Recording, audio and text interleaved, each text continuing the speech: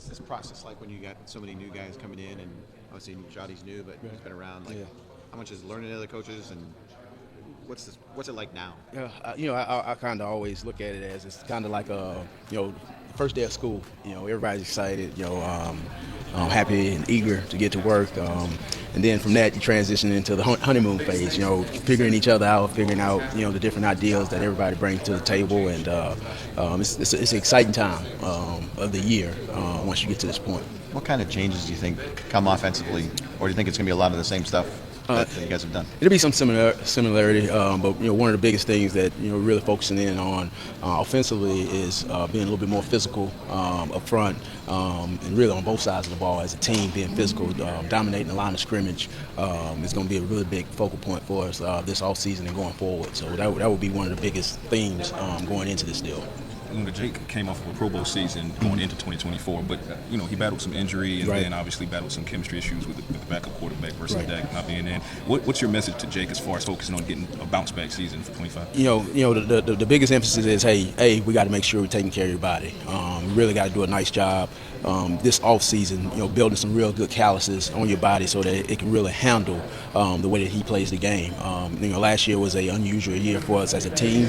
In particular, it was unusual for him as well, with the knee injury in the first game, and then, when he got it back and worked his way back in, then boom, he's out with a concussion. So that was a tough year for him. So the biggest thing is just getting back on the horse, taking care of your body, and just putting your best foot forward this coming off season to prepare you for the season. Do you think Schoonmaker took a step up because of that when Ferguson went down? Well, Scooney did a nice job stepping in and carrying the torch when Jake went down the second time.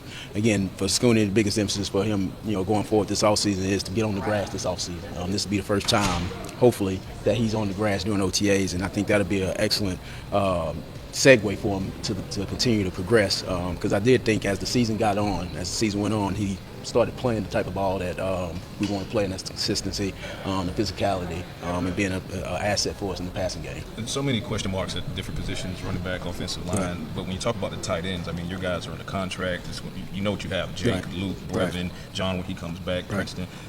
What's the benefit of that, especially with you deciding to come back? What's the benefit of that consistency going into next year? Again, you always want consistency, and you always look to develop the room. I like to always say I coach the room from the back end of the room because the starters get the majority of the reps, but then that back end, you got to make sure that you're very intentional with them so that they develop, so that then when one goes down, the product looks the same or better. And I think that's always been the motto for me as a coach, and I pride myself on making sure the back end of the room are ready to go and play because they all are part of the team. They all have redeeming qualities. Some have more than others, but they also have deficiencies. So as a coach, you got to really do a great job being intentional with the deficiencies of all you guys. You've spent a couple of years here with Brian Schottenheimer now. What stands out to you about him as a leader and as a coach? Really the connection piece and having that competitive spirit about him, and I think that's going to really do this team a lot. In terms of him, what he brings to the table in terms of connecting with the guys, connecting with the staff, and being a competitor. Along those lines, what's been your impression of him as the head guy now these last 4 months? How's it been different? It's kind of still been easy going. Like I said earlier, it's the honeymoon phase. So it's been shoddy, and it's been pleasant being around him. He's done a phenomenal job putting together a great staff. Did a really good job being thorough with the interview process, and I think arrows going up for us here. Stephen and Jerry Jones both talked about having continuity through change as a reason to bring back Schottenheimer. Obviously, you're also continuity through change. What do you think about that idea and how that can maybe benefit a locker room to have that? Yeah, continuity is always good. I don't think that it's just the end-all fix of everything, but obviously seeing familiar faces help. And then, like I say, the guys that he brought on staff bring a different flavor as well. So I think that between the continuity and the newness, I think we head in the right direction. Do you find yourself coaching the coaches a little bit like you're one of the holdovers here? So when the coaches have questions about players or even where to go in the building, you're one of the veteran guys now. Yeah, and I wouldn't say coach the coaches is more so sharing information. Sure. We all are, especially in this phase right now, this honeymoon phase. We all are information sharing and information gathering. And I think that's the best way to go about it. Having been part of a staff that has gotten turned over and you're still a part of the staff, everybody's sharing their different experiences. And I think collaboratively, that's where you really, make the big jump with a new staff. Speaking to that turnover, you got interest from some other teams as well. Yeah. In your process as far as working through where you wanted to be in 25 and beyond? What was one of your biggest reasons for deciding to stay put here in Dallas? Again, I have profound love for this organization. I think this is one of the few organizations that does it the right way. A lot of people give this organization a lot of flack for not playing in that last game, but man, they do it the right way, inside and out.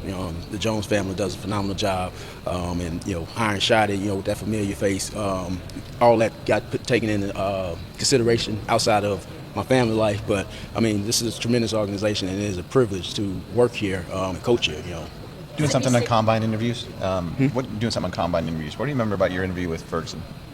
He said you kept beating him with the same question. He finally did snap. Said, "I'm gonna F him up." I was about to go to that. The biggest thing I remember from his interview, at the end of the formal interviews, I always ask the guy, say, turn to us and tell us why we should draft you. And he just said, man, I'm gonna go out there and play hard and work hard. And I'm just gonna him up. And the coach was like, okay, give me a little bit more. He's like, I'm just gonna him up. Like, okay, all right, got you, champ. When you're in those interviews, are you trying to? What are you trying to get out of them? The formal interviews, I'm really trying to put the player in a position like as if we're in the meeting room, and get him to talk football. I know his origin in terms of his football knowledge. Maybe get him to stand up and show me what he's been taught. Try to make it as much about being in a meeting room setting, so that then I get the best feel for him as a player. With so many new faces, what's it been like? That's good. Just make sure you get the names right, and until you get the names right, hey, just speak to everybody.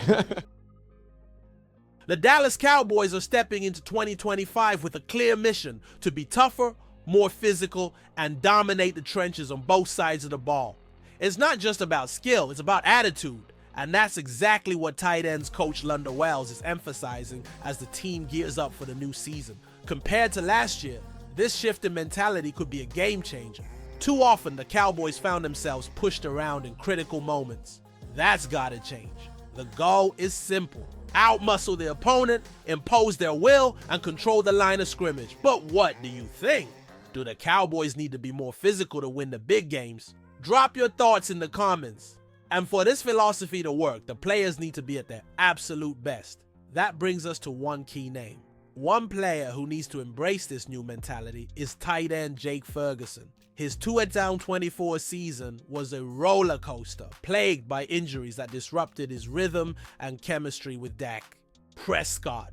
When healthy, Ferguson is a key weapon in this offense. Reliable hands, great route running, and the toughness to fight for every yard. But availability is just as important as ability. Lunda Wells has made it clear. Ferguson's top priority must be taking care of his body and building the durability needed for a full season. And with the Cowboys' increased focus on a physical playing style, they need their top tight end at 100%. In Ferguson's absence, Luke Schoonmaker stepped up, proving his value and making the tight end group even stronger. But in 2025, Dallas will need Ferguson back at his best. So, what do you think? Can Ferguson return to Pro Bowl form this season? Vote in the comments. And speaking of development, there's one position group that could be the key to the Cowboys' success. One of the biggest strengths of this Cowboys team could be their tight end group. Depth, consistency, and versatility. 3 things that could make a huge difference in 2025. Lunda Wells has built a unit where every player is ready to contribute. Whether it's a starter like Jake Ferguson or someone lower on the depth chart, Wells ensures that when their number is called, they deliver. That's why players like John Stevens Jr. and Princeton Fant are so valuable. They've been developing behind the scenes, and now they have a chance to prove they belong. With the team committed to a more physical approach, the tight ends could play an even bigger role in both the passing and running games. But will the Cowboys actually take advantage of this group's full potential? What do you think? Will tight ends have a bigger impact on the Cowboys' offense in 2025? Drop your thoughts in the comments. But depth alone won't take this team to the next level. Leadership will. And that's where Brian Schottenheimer comes in. Leadership matters. And in 2025, the Cowboys will rely heavily on offensive coordinator Brian Schottenheimer to guide this team forward. Lunda Wells has praised Schottenheimer's connection with the players and his competitive spirit. That kind of leadership is crucial, especially when a team is trying to balance stability with fresh ideas. Transitioning to a new coaching system isn't easy, but Schottenheimer has the experience to keep things running smoothly while making necessary adjustments. His biggest challenge? Maximizing the offense's potential. Dak Prescott needs a system that plays to his strengths, and the Cowboys need a balanced attack to dominate the trenches. If Schottenheimer can establish that, Dallas could finally take the leap from contender to serious championship threat. Do you trust Brian Schottenheimer to take this offense to the next level? Vote in the comments. But coaching and strategy are only part of the equation. A winning team needs the right mindset. And that brings us to the Cowboys culture. Talent and strategy are important, but culture, that's what separates good teams from great ones. And for the Cowboys, building the right mentality could be the key to breaking through in 2025. Lunda Wells has emphasized how Dallas operates behind the scenes, preparing, scouting, and developing talent with a long-term vision. A strong culture doesn't just happen overnight. It's built through accountability, discipline, and a relentless drive to improve. That's exactly what the Cowboys are aiming for. The mindset for 2025 is clear. Be physical, be disciplined, and be ready to compete at the highest level. If this team truly embraces that identity, they won't just be fighting for a playoff spot, they'll be pushing for a Super Bowl run. So here's the big question. Do the Cowboys have what it takes to get back to the Super Bowl?